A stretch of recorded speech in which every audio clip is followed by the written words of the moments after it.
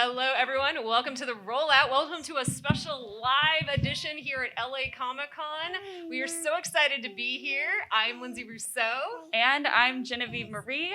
Hello and welcome. Yes, if you don't know who we are, well, hopefully you do, but we are a weekly geek talk show. You can find us on YouTube. We drop new episodes every Friday at noon Pacific. We have had these lovely ladies here as guests previously, who we will introduce here momentarily. We cover all things video games, film, TV, TTRPGs, but with a strong focus on diversity and inclusion within the geek community. Okay, we've got fantastic guests today. We have got Morgana Ignis and Diana Toshiko and her amazing daughter, who is joining us today. I don't know if she's on frame. Why don't you guys introduce yourselves? Morgana, let's start with you. Hi, my name is Morgana Ignis. I am an actress and cosplayer and voice artist and bunch of other performing type stuff. Been in a lot of sci-fi and horror projects like Stand Against Evil and Curious Creations of Christine McConnell, or it's now on Disney Plus. And I am the voice of Sally Mae on the animated series Helluva Boss. Yay! And Diana. I'm Diana Toshiko. I am an actress here in LA. Also do photography. What's some recent stuff I've done? I did a guest star on Dave this year, and Good Trouble. Was in the ABC Disney showcase. I'm just watching my daughter as she. It's the future generation there. She's amazing. Yeah. Her name's Anako. But yeah, that's me. Awesome. So today we are going to be diving into the issue of female representation within geek entertainment. So generally in Hollywood, representation's gotten so much better. Women actually reached gender parity within film and television in 2019. So it's about 45%. But that is not the case when it comes to geek entertainment. According to the latest studies, in action-adventure films, women only made up 28% of speaking characters. In animation, it's 33%. I don't have the latest statistics on fantasy, and then comedy is 38%. And of course, that is a huge difference from Hollywood at large to specifically films and television that we all love, your Marvel films, your Disney films. Now, that being said, the Gina Davis Institute does say Disney has been doing the best job of representation when it comes to women and minorities and LGBTQ. Which is strange. Because we've talked about Disney before. We have. How only recently it seems like that they've actually been listening to fans and caring about gender parity and also representation at large. So obviously the top 100 films have been mostly big blockbusters, your Marvel films and so forth. Of those top 100 films in 2019, only 14 had a gender balanced cast, which just blows my mind. And of that, only 17% of female actors were from an underrepresented racial or ethnic group. And then we can get into ageism too. Only 3% were over the age of 45. So, wow. Thanks. Thanks, film and television. But guys, so Morgana and Diana, what do you think is going on with this huge divide between all of the progress women have had in Hollywood in general, and then this huge disparity we're seeing with action and sci-fi and animation and so forth? I mean, if I can break it down into one word, it's capitalism. That truly is what I think it comes down to, and I think that's the reason that it is starting to change and starting to shift. So many of things involved in geek culture really revolve around consumerism. It involves buying the merchandise, buying the t-shirts, buying the toys, and definitely when I was a kid. The only people that they were really bothering to advertise this stuff to was younger men. Yeah. And that has changed dramatically for the same genres that were still, that were still around then. Yeah. I think a good example of it is anime related to shonen. Shonen anime is an anime genre that is specifically geared towards younger men. But if you go to this, go look outside of this convention right now, a lot of those animes that are falling under that category it is a very, very heavy female fan base who's going out there, wearing the cosplays, buying the toys, buying the statues. They're starting to put a lot of money into it. And I think that it's taken a while for that old guard that was in charge of merchandising to realize that a lot of their money is coming from a female audience. It's not just younger men buying this stuff anymore. The audience has become more diverse. And now that they're seeing that, they can now be like, okay, we can cater more to this audience without feeling like we're losing money on the merchandising. Diana? Well, I was just thinking about, and I agree with everything that you say, that also social media maybe has a big part of it, because now we have more of a voice to say, where am I, how am I being represented, and I'd like to see myself on screen. And there's so many other things. Oh my God. There's so many other Dive things I in. could Dive say. in. I just was watching my favorite show, Pen 15. Does anybody watch Pen 15? I love Pen 15. I so love great. it so much. And it was made by two women who star in it. And it's amazing. Yeah. And I'm like, there's more of that. There's more people who are producing, writing, starring in their own content. Yeah. Oh, yeah. Which, Absolutely. I mean, you had Broad City, obviously, which is another example of, you know what, we're not seeing ourselves, let's just do it ourselves. Yeah, just just for context, behind the camera, with those top films that we talked about, with the top, 1,300 films, 12 of those directors were female. There was only 57 writers and only 270 producers. So if we're talking 1,500 films and 12 female directors, that's 10%. So it's like, women's stories aren't being told because they're not behind the camera either. Yeah, I think there's definitely something to be said about when you look at television shows that are like Broad City and Pin 15, they are not in the geek genre, which tends to be the blockbuster films of today. That is the most important mark that blockbuster films has in our time. And I think it's because there's a lot more money, and there's a lot more hopes there's a lot more money riding on making those films a success rather than being able to take a chance and branch out like you have on these other shows on different streaming channels that aren't necessarily like geek or comic or game based. We have seen a few things, however, that have a few shows, however, that have kind of broken the mold. Hopefully Arcane will be able to prove that you can have a female-led cast. I mean, and then continue to make money off of it, because that's the problem. It's a disconnect between the money and the content. Because if they're not seeing enough people buying into the content and not making enough money off of it, they're not going to bet on making that content. Yeah. But when you have more straight shows that are not, that are not geeky, or they are not like in the blockbuster, Marvel movie franchise. They probably don't have merchandise. They don't have merchandise. It's not hanging off of, sales of toys and things. Then they're more likely to take risks and tell stories of women and people of color. And we can start to see that shift too of, even looking at like the merchandising for the first Avengers film. Mm-hmm. The sets that you would have all the characters except for Black Widow. Yes. And that was the problem for the longest time. People were wondering about why there hasn't, why it took so long for there to be a Black Widow solo film. And that's because they didn't know who was going to be buying Black Widow toys. They didn't know, if there was, the shelves are just going to be stuck with all of these toys for the one female character.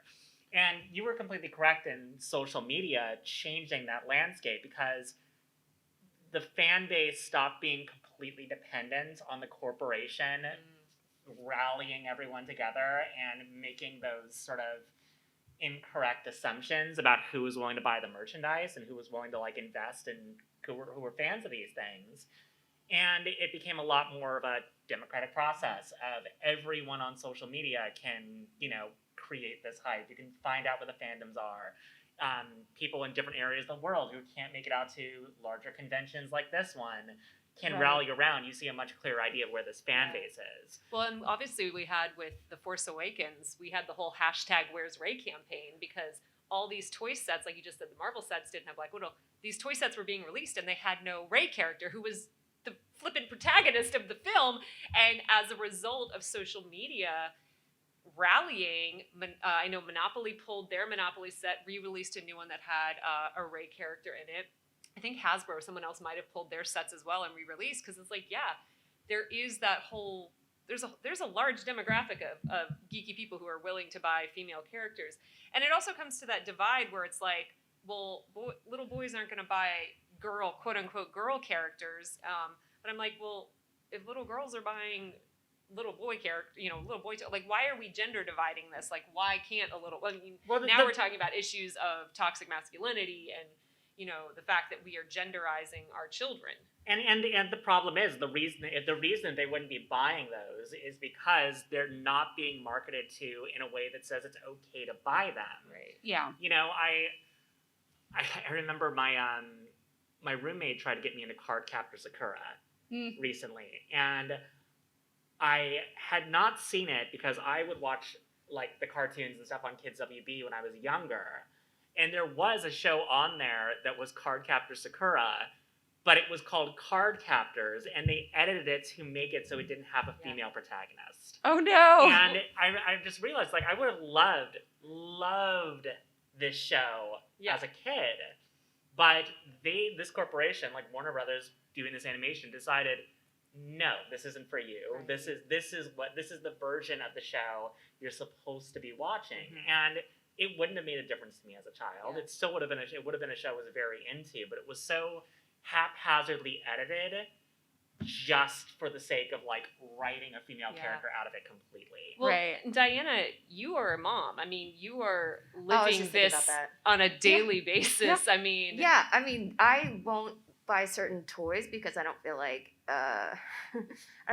it fairly represents my daughter, and I want her to be able to have toys where she sees herself in it. I resisted Disney characters for a long time, but she loves Disney princess. I love you, Disney. I was in Captain Marvel. I love you. I still get residual, so I love you. But like, I won't buy the sets unless I'm like, okay, I have Mulan, and we're not even Chinese, but because she's Asian, I'll buy it. Right. Because I feel like she needs to be represented. And there's a lot of sets where, you know, bless their hearts, there's all these princesses where I'm like, well, I don't see my daughter in here.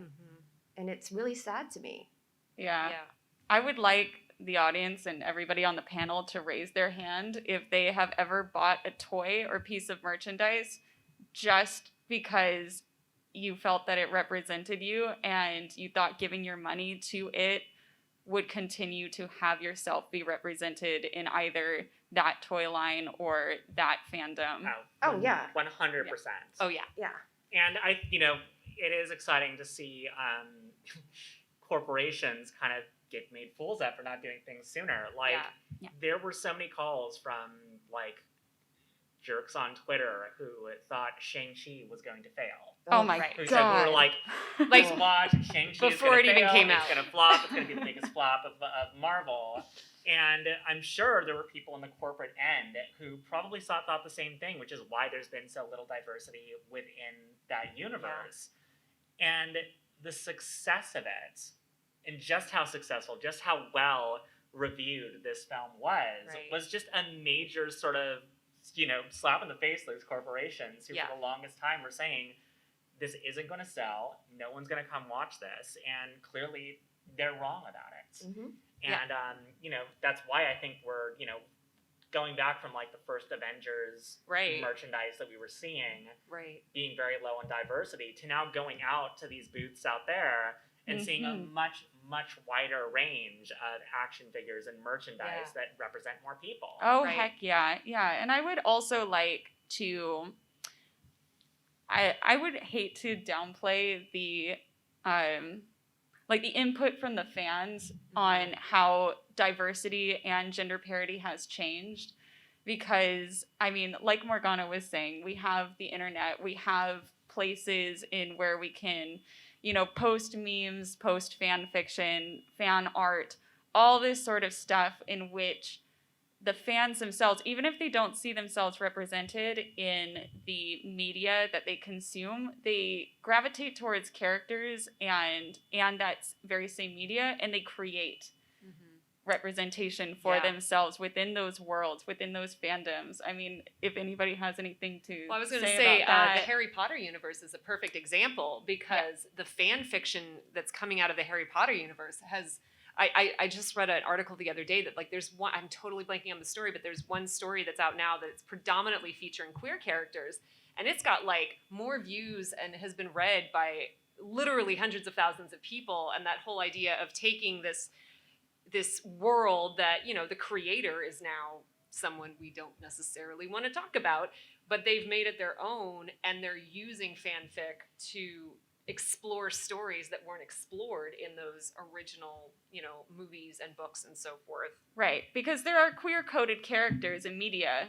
Oh, but nobody for sure. Nobody ever actually decides to pull the trigger on that and come out and saying, like, give a definite yes or no answer on that, because they want to pull in, they want to pull in the minority groups, but they also want to keep the, the regular everyday, I have the wider stats audience. I have stats on this, stats. Genevieve. I want to hear the stats. Okay, in 2019, of over 26,000 speaking characters across 600 films, 45 were gay, 10 were lesbians, 3 were bisexual, and 3 were transgender, but with the caveat, those 3 transgender characters had totally inconsequential to the story and had a total screen time of less than 2 minutes. Of the top 100 films, 78% had no queer characters in them at all, and 94% had no female-identified queer characters. So it's like... And What? and I think a major problem is that whenever there is queer representation in media, you get a massive news storm out of it. It becomes a really big deal, and it gets blown up. It's a big topic of conversation. But because it becomes such a big topic of conversation, people tend to think it happens a lot more than it does. That's so true. If there's one queer character who's in a project and he gets all this media attention, if there's like a second one that happens a few months later, people are like, oh, it's a massive wave of queer characters. Like, there's queer characters in everything now. And it's like, no, the percentage is very, very low. Right. It's just because it hasn't been normalized, and it's not a normalized thing to see characters like this, or to see, like, Black Widow getting her own film after Captain Marvel got her own film. Mm-hmm. People are like, oh, it's nothing but female characters getting Marvel films now. Thanks, we have 2. We have 2. Yeah, it's like, yay! Great. In 10 years of Marvel films, we have 2. So that is the speed bump we're kind of dealing with right now, is that because it hasn't been normalized, when something finally happens and when somebody does get good representation, there is this other side that freaks out thinking that it's a flood. And it's not a flood. It is a slow trickle at best of diversity starting to make its way in. And then the other thing is that those films, end up becoming representative of all films. So, like, when we had Wonder Woman, it's like, well, if Wonder Woman flops, we're not going to get any more female-directed, female-led films. If Shang-Chi flops, we're not going to get any more Asian-led films. And so it's like, when we get those one films, those one TV shows, it's like, well, this is it. This is now representative of all projects that star a person of this, either female or whatever it is. And I do say, at least with streaming now, we're starting to see that change, where I feel like streaming is where they're kind of pushing the envelope more. Yeah. And we are getting, like, you have shows like Wheel of Time and See on Apple Plus, which have some of the best diversity I have ever seen in anything. And, then we on had our... See? See? Oh, yeah. Okay. Yeah, See on Apple Plus. If you haven't seen it, oh my gosh. It's Jason Momoa, but it's got the most badass women I've ever seen. Oh. The diversity is just, and it's not like they make a point of it. And the same thing with Wheel of Time. It's like, there's so much diversity, and then it's like, oh, and then you just see queer relationships. It's like, oh, we just saw two men kissing, and then they're just crucial to the storyline, but they're not going to stop and talk about it and be like, oh, I feel like The You're Expanse gay. should be on that list too, because I really love the Which show? Expanse. The Expanse. oh yes, Yeah, all types Expanse. of relationships, much diversity, and the women on there are so kick-ass. And is there something to be said about the fact that those are all filmed in Canada? I feel like that. I feel like I should move there. Trust me, I've already talked to an immigration lawyer. I'm working on it. Yeah, and this is I think streaming Yeah. has changed the landscape in an interesting way, because for cable, when something was on cable, you weren't delivering a product for the viewer, you were delivering it for the block of advertisers. Yeah. You were delivering it for people who are going to be buying commercial time but during the broadcast. Right. Whereas you're not focusing on commercial time anymore with streaming, you're focusing on whether or not people are buying into your streaming network. Right. So I think that was a big thing for, when I was a kid watching cartoons, like the Cardcaptor Sakura thing being a perfect example of that, was that they kind of did that because they had to convince toy manufacturers and advertisers to give them the money to have their commercials in between these shows. Right. But now with streaming networks, you can do shows like She-Ra and just Not deliver She-Ra. something that is only for the audience, that is Yeah. directly for the audience. And you can take and risks. let them decide. Because, like, if Amazon has a show that flops, who cares? They've got more money than they can even think. Same thing with Amazon. It's like, if they have a show that flops, well, we still got billions of dollars left. Oh, well. Yeah, you know. exactly. And that's helping the process. It's helping think more about the viewer than the capitalistic sort of merchandising empire that each one represents. Right. But aren't streaming platforms, I don't want to make myself an enemy of streaming platforms, but Please. I feel like they're keeping a secret about how many views are on certain things, because I know That's when true. things were being negotiated for actors, they weren't releasing numbers for us to get, Oh, Well, yeah. it's because that's going to cut into our Because I was thinking lack about of like, residuals. right? I was thinking about shows like that just got canceled, like Why the Last Man, which is, I know it was written by a man, but the entire cast was basically women, and it was canceled, and it was critically acclaimed, and I thought it had a lot of views, so why would they cancel it? And we still, I have no idea for any of my shows as well about what Same. what the viewership was, what the amount of money it's made. Mhm. It's so much harder to figure that stuff out. Yeah. And residuals suck for it, because you know exactly when you're getting residuals for Well, now you've got the shows, upfront yeah. buyouts and new that's media Yeah. contracts and all that crap. But it is one of the many things in entertainment that are now adjusting to this new world. Yeah. Well, I hope they're more transparent. yeah, I mean, they just like Yeah. to say, oh, it's proprietary content. It's going to, expose our algorithms and everything, so we can't let you know. And I'm like, You could. Right. You Just could let let us well, know and you a know what? little Well, bit. here's the thing. Because I feel like they kind of, showed their hand a little bit, because with Squid Game, they're like, this is the most streamed show of all time. Those actors aren't going to see that money. No, they're not. That director's not going to see that money. No. But man, is Netflix going to see that money? Oh yeah, I mean I've Right. done shows that are on some streaming networks that I'm just like, oh, this is going to be on the streaming network forever, and I'm not going to see a penny from it Yeah. because of new media contracts. But right. Squid Game was, again, this was a great example, because for years people were not only, it wasn't just a diversity issue, it was also they didn't believe people were going to read subtitles. Right. That was a big thing, that people were just like, it's not going to succeed if it's not in English. And I know that there was a dubbed version of it as well, but almost nobody I know, like everyone watched it. I watched the dub version because I know a lot of I the know, voice Genevieve, actors. you watched the dub version. I did. I was like, I know that actor. I know. I know, that right? actor, That's the whole I know thing. that Is like actor. working in voiceover. It's like, it's like, Yeah. okay, I want to support my fellow actors. Yeah, that's Like, I had to, and and a large majority of them were Korean, and they had input on the translation, which I thought made a huge difference. yeah. Well, because that's the problem with dubbing is like, when I'm in sessions, we'll literally be rewriting the script in the session, because it's not only are you having to translate what the original words are, but then you're having to make it match the lip flaps. So obviously you have to change things. Meanings get changed. And Context is context lost often absolutely in can get translation, changed yeah. when you try to make it fit. Dare we dive into video games? Oh my God. Oh boy. Video Oh, games boy. is We think film and television is bad, guys. Oh Boy, I have so much to say about video games. I'm scared. So just some fun facts about video games.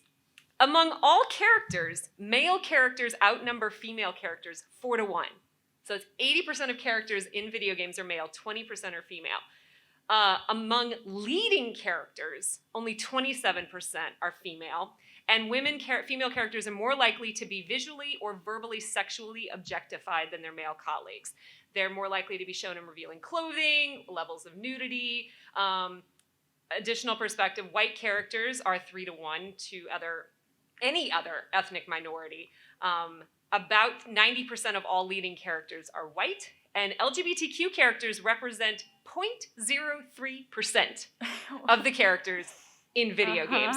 I can keep going. I've got more stats. But that's literally just Ellie from The Last of Us. I know, right? It's like we have Ellie, we have Aloy, we've got Lara Croft. Right. What? We got FemChef. We got FemChef, but that's now, right. 10 I was saying old. For queer representation. For queer representation, we have Ellie is the one. We got Ellie. So that must be the 0.03%. That's where it is. That's where it comes from. But the funny thing is that the games that I play and the games that I know that my friends love to play have really badass female characters, if not the lead, Yeah. And I find that really interesting, the difference between seeing games that absolutely make it in the AAA game world, that star female characters, and the studio's hesitancy about making more of them. Mm-hmm. Because again, you have Lara Croft, you have Aloy, you have, Senua from Hellblade, you have Ellie, and you have all of these characters that are absolute. Even Samus. Mm-hmm. You have all of these characters who are very iconic, and they're female, and yet you still see so much pushback when it comes to actually getting that type of representation. And we've talked to people in the gaming industry, who work in the gaming industry, who have told us how hard it is to get. Oh, the higher-ups in production have literally said we're not adding female characters. The blowback from Battlefield was one of the big reasons why Blizzard was so hesitant to add female characters to Call of Duty, because they're like, oh man, the internet lost its shit when they added a woman on the cover of Battlefield. And again, they're listening to a very small minority of very loud fucking people. That is the biggest problem, is that just because they're louder does not mean that there are more of them. And the truth is that there is a massive, massive female demographic in video games. There are a lot of female fans in video games, but they are not interested in interacting with these angry fans who are online who have a problem with this representation. So if you're just looking at the discourse and you're looking at the outrage, you're going to see a lot of sexist fans who are very upset about more representation, more diversity in games. And it kind of seems like it's a little bit uneven as far as the balance goes, because I know I don't like interacting with them. I know I don't want to walk into the pit and deal with these people on Twitter. No normal person really would want to. I mute it's like and mute them. your Twitch stream.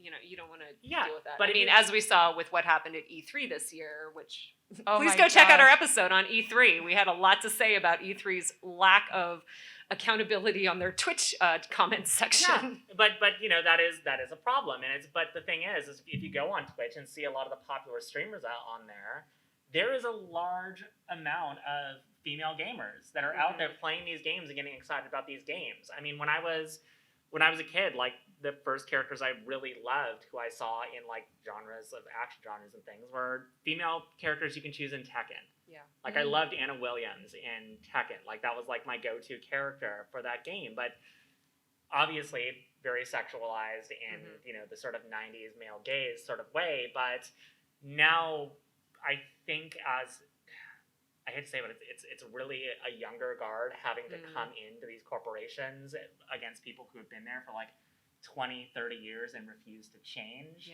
who are starting to see that, yes, there is money in this. There is a lot of marketing potential in diversity in games. And it's still something that's heavily dealing with. Trying to deal with the fact that there's no it's a terrifying thing for game companies right now to put a trans character in anything. Oh yeah. Like there's a minor trans character in I think one of the Splinter Cell games or something like that. One of these games. Yeah, and The Last of Us. Yeah, Part and The Last of Part Us. two. But they're so afraid of going further with it because they know that this very loud base of like sort of, anti-diversity gamers is going to be loud about it. Diana, you looked like you had some thoughts. Oh, I did. I just thought about like when getting rid of the old guard seems to be the solution to this. Is that the more we step up, the more that we become the CEOs of these gaming companies, and the more that we become the writers and the producers and the artists and the designers, the more our voices will be heard and the more representation we'll see. Yeah, because right now, men hold 90% of the jobs in video game content creation, and 81% are white.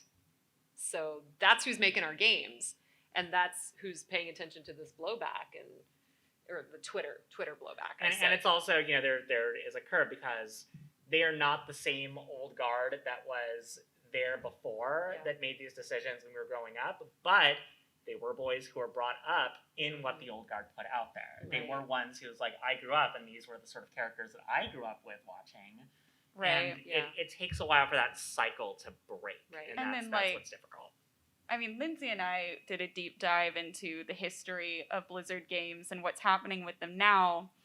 And honestly, when Blizzard games first started out and you had the original, CEOs on the, working the thing, there really wasn't that. I mean, obviously the diversity thing in the hiring of women, it wasn't good. The numbers weren't good, but the sexual harassment and all of the troubles that they were having didn't really start until, the creators, the original creators, just kind of phased out. And it's interesting to see where what has been put out there as far as, content, back in the day, how that has affected and informed, for the most part, what we're, getting now. But yeah, I think that there are men and women, not NBs, of any gender that want to see, games that reflect real life, because a lot of the times when you do have this odd amount of male characters in your games and there are no women, a lot of the times people will just be like, yeah, there's no women, and that's weird. Like anybody on the street would be like, yeah, there's a lot of dudes in here. Yeah. Where are the women? And then they say video games are for boys, that women don't play video games. It's like, well, give us games that have us in them. Maybe we'll play them And more. It's also because it's been a very unwelcoming culture to, if you play video games, you don't want to be involved in the culture of it. And if you're a female streamer, oh man. Yeah, you're putting yourself out there to constant harassment, which unfortunately at this time is normalized. It's very normalized. And diversity in general needs to get to a point in which you are putting this stuff out there despite the backlash from this very small but very loud portion of the fandom. Yeah. And you keep doing it until it's normalized. And normalization for diversity is key. It's going to be it's always a bumpy road to start making a project more diverse. Right. But eventually it becomes so normalized and something you're so used to seeing that this fan base looks, this group of sort of bigoted or sexist people becomes very strange. It seems very strange when they have a problem with something because you see it so often. Right. So yeah, and I was thinking you have to find your communities as well, because that's where your strength and your family is. Yeah. I play an online game where I'm the guild leader, and I over all these men who probably don't know that I'm a female. I should probably just tell them. But we have a common interest and it never comes up. But there are communities out there that are just female gamers or whatever you just Asian gamers. And I think that you can find comfort in each other and make your voices louder than those trolls. Yeah. Well, we were talking about, this was probably a year ago, we were talking about that within the tabletop gaming community when we were talking to B. Dave Welders and a couple other Black tabletop game writers, and they were like, well, we just couldn't get our stories out through Wizards of the Coast, so we started our own company and started putting our own stories out there. So it's like you've kind of got those two paths you can follow. You can try and stick within the zeitgeist and try and change it from within, or, and this is happening with video games, you can just be like, you know what, I'm setting up my own company. You see a lot of, female-led indie game companies now, and then, like we talked at the beginning of this panel with female content creators putting out their own content. And creating your family, your community, and it's like, well, if they're not going to accept me, I'm going to go start my own. Yeah. Right. And that is so much more possible now with, you know, Indiegogo and Kickstarter and, the internet. Sometimes it can be a very scary place, but for the larger part, it has really given people who did not have a voice before, have given them a voice and a place to be able to find like-minded people and to make the content that we've been wanting to see. And I mean, that's why you see some of these Kickstarters making, 100 times over their asking amount. And you see Kickstarters and Indiegogos going for a couple million when, the asking was just like, 50,000 or something. And it's absolutely insane because you see that the need and the want is there. And it definitely points out that these campaigns wouldn't be doing as well as they are if the corporations who have been in charge of games for the longest time haven't been screwing up with the content they've been creating. Right. There's a lack. There is a void. There is this void that people have been waiting to sort of fill with something. And when these indie creators come up and, with nothing more than an idea sometimes. Yeah. Put it out there. It's like, hey, if you give us money, we'll do this. Yeah, a perfect example is this was a Kickstarter I backed, months ago, and it just now released the digital version, which was Coyote and Crow, and it's the very first tabletop game that is an entirely indigenous production company. Every single writer, developer of this TTRPG is all mostly Native American, but also some indigenous. Indigenous people from other places, and now you saw like Taika Waititi with Reservation Dogs and things like that, and it's like, well, if you get someone like Taika Waititi behind you, well, sky's the limit. But Coyote and Crow, they overshot their Kickstarter goal by, I think, hundreds of thousands of dollars. And it's allowed them to do even more expansions. And it's exactly like you said, Morgana. It's like, people are buying this. People are wanting to see this. I mean, so there's still obviously this disconnect between the bigger corporations and what the internet has allowed independent creators to do. Right. And I reflect on that from like when I was a kid, elementary school, middle school, about trying to discover anything outside the mainstream before social media became a more popular way of finding your tribe and finding your people. Yeah. If you weren't into, what was mainstream and what these corporations were trying to push and trying to sell you and spending all this money putting into things, you just weren't seeing it. And it was so hard to see it. But now with social media, it is so easy to get your project out there and to promote your work that people who want to see more diversity can very quickly and easily find an audience for it and see whether or not it flies with them. Yeah. So there we go. We all just need to do Kickstarters and write our own stuff. Well, and that's the thing is, like we're all in the entertainment industry here. Right. And the one thing you hear from every producer, agent, casting director, whatever you're going to say, make your own content.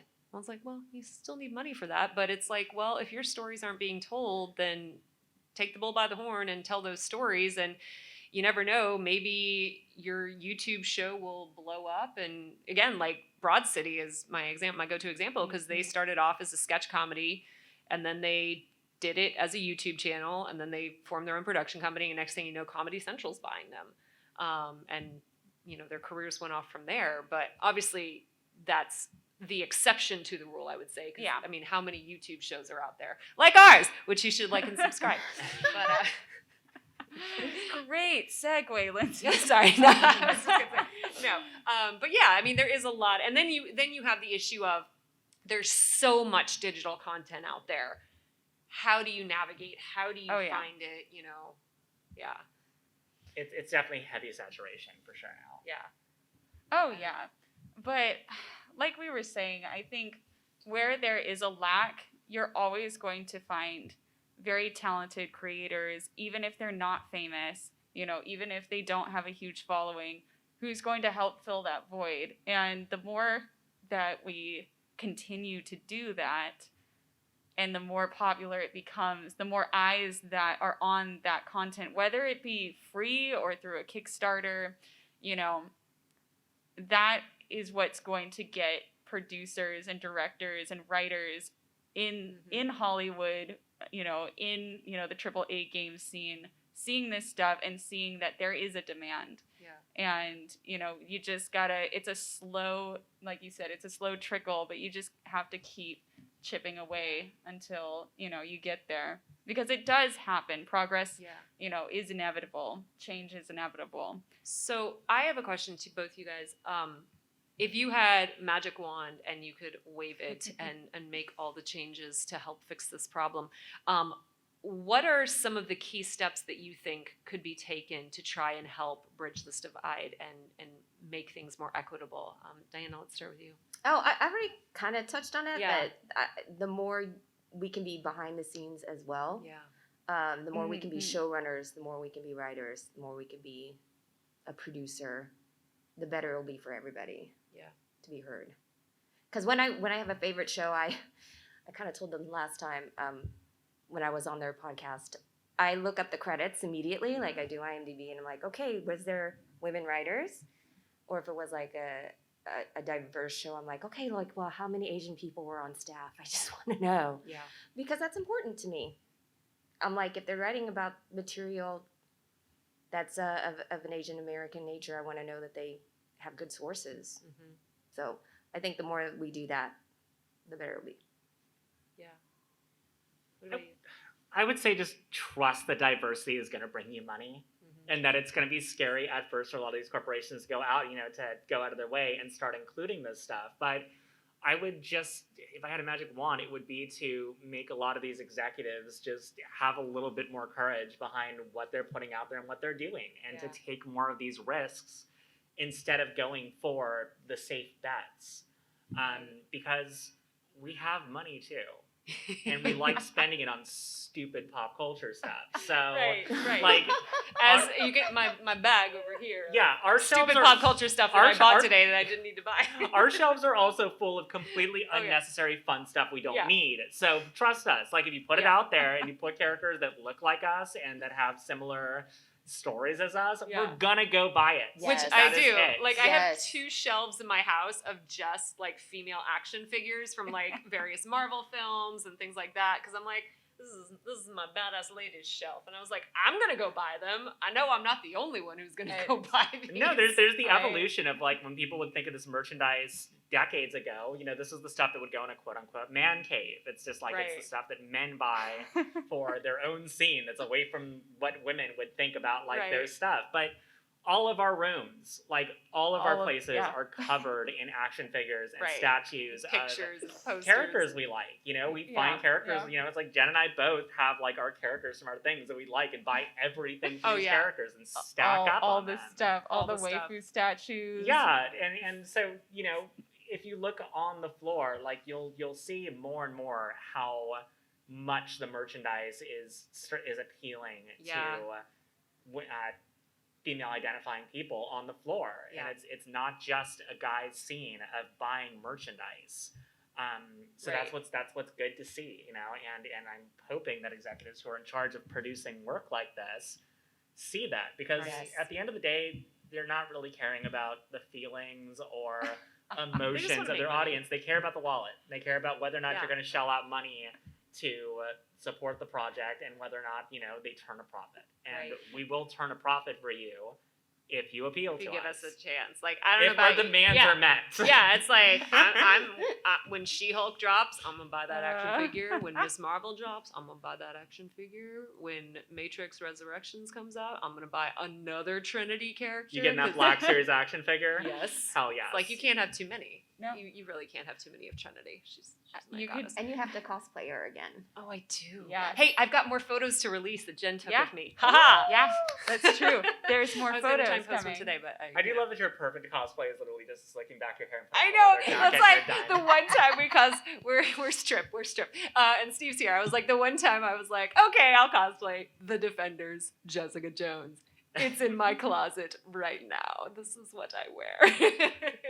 It's just my daily uniform. I don't. So, should we touch on anime a little bit? I mean, we kind of. I only bring this up just because we did an episode on Cowboy Bebop. I mean, we could touch on Cowboy Bebop.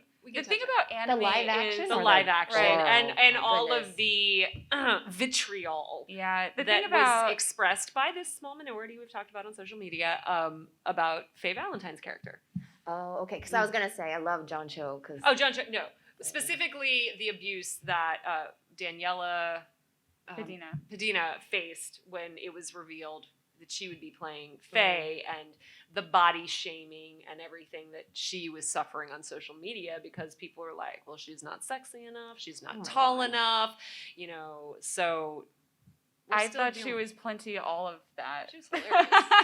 I thought she was great. Yeah, the thing about talking about anime is that most of the stuff that we talked about here today are American studios, and we have Yeah. the numbers and the knowledge of American culture. But the live action Cowboy Bebop, yeah, that came from an American studio, so that's fair game. Yeah. But yeah, I mean, we have our own show about that one, and we touch on that like quite a bit. Yeah. I don't know if Um, anyone here has any thoughts about things that have come out because of stuff like that, or I mean, as far as the anime world goes and all of that. yeah, and how I mean, yeah, we do it's see. that's a cultural thing as well. About like I can't speak to how sales and how things are because I haven't been to conventions in Japan and seen like what the range of that fan base is. But at least as far as things that Crunchyroll or Funimation or companies like that are investing into, Yeah.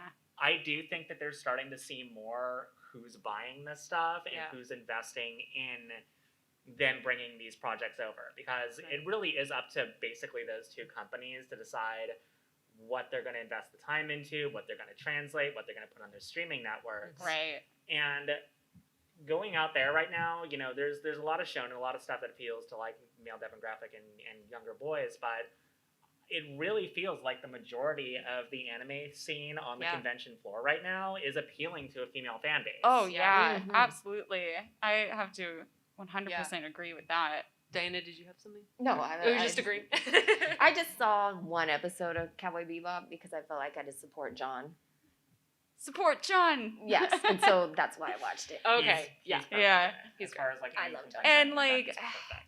The anime live action movies, that is such a slippery slope to even get into because, like, universally, they're pretty much all hated. I don't really know that many live action, especially live action anime films that have come out of American studios that have been received well, very much less beloved. Like, Yeah. so that is such a slippery slope to even go down. I think the Cowboy Bebop live action show was like, it was not terrible. I didn't hate it, but it always kept reminding me of how much I love the anime. And like, it's almost like watching a Disney live action film. It's like, It's just why not am I the watching original. this when I could be watching the original? I was like, I that it still was stand based by the off original of, Lion you know? King. Yeah. Like, why would you watch the live action Lion King when you Right. can just pop in the real Lion King? That's just how I felt about it. Yeah. I didn't have any bitter feelings towards the live action, but Yeah. It's hard to adapt, I think. Yeah. Oh, it is so Um, hard to adapt. You're right. But they adapt comic book movies all the time, so Right. why should it be any different? Yeah, and I think it's a really hard thing to please a large audience, because there are people on one side that are going to be upset that something was not true enough to the source material, and then other Right. ones that'll be upset about not having enough changes. The point is like, what's the point of you even making this show if you're not going to do something new with it? A lot of people point to, like, when they're comparing, like, making anime live actions being close to the source material versus like adapting it to make it better, like to make it more well received, quote unquote, by American audiences. a lot of people point to the Wachowski sisters Speed Racer movie, where that one they took it too far into the anime realm for American audiences to really like grab a hold of and like. Whereas like you look at either Cowboy Bebop and definitely hands down Death Note, what they did to that, and you're just like, oh god. So you have like two ends of the spectrum. Like I'd rather have Wachowski sisters Speed Racer than whoever produced and made the Death Note movie. Oh, Death Note. Oh god. There was so much sad. potential. Oh, I think a lot of it had to do with casting too. Right. Like, why would they do that? The script was just it started like that's where it like died was the moment that script was approved. Writing. Yeah. But anyway, we have gone so far off topic. Say, we should probably start. Do you all have anything else to add to our lovely conversation that we have had today? I don't know. I mean, I think we covered I think we did cover so a lot. much. We covered so much and more. All We right. kept it very positive, which is really great. You know, I will say, as Yeah. bleak as sometimes talking about this is, I will say, like, even if it hasn't been as substantial progress as we'd like to see, Yeah. there has been progress. Yeah. And there Yeah. has been progress across the board of seeing some, you know, there have been significantly more diverse directors over the Mhm. last few years and the last few Yeah. decades combined, Right.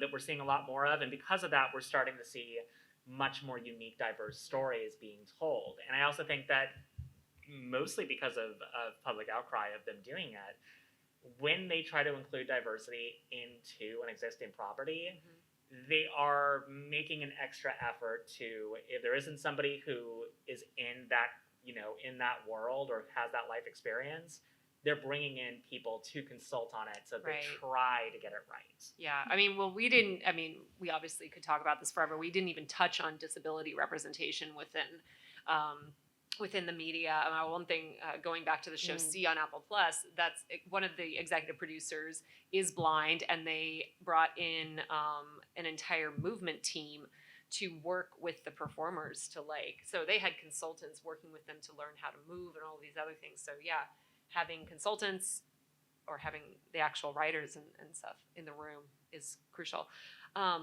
Where can people find more out about you guys on the internet and stuff? I'm Diana. at Diana Toshiko on Insta On and Insta? Twitter, but Yeah. mostly Insta. I'm predominantly interactive on Twitter now, so I'm Ignis Twode on Twitter. I'm Ignis Graham on Instagram, and you can find me on Twitch at Morgana Ignis. Awesome. Genevieve?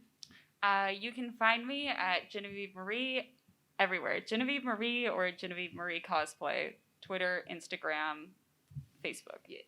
And I'm Lindsay Rousseau. You can find me at Lindsay Rousseau on Twitter and Instagram and the Facebooks. And I believe we're going to be doing a giveaway. We are part of the Culture Slate family, so if you want to check out more amazing content about Star Wars and Marvel, check out cultureslate.com. But we're going to be doing an action figure giveaway right now. Or is this for the comments? Yeah, we're to our 3 audience members. We only have 2. How are we going to do this, Chris? If you subscribe to the rollout and comment on their latest video, Okay. I'm going to do a random number generator. Okay, so if you subscribe to our channel and you post a comment on our latest episode, which is about episodes 1 and 2 of Hawkeye, this lovely gentleman here is going to do a giveaway. We will do that off air because for those of you on YouTube, you're watching this after we've done it.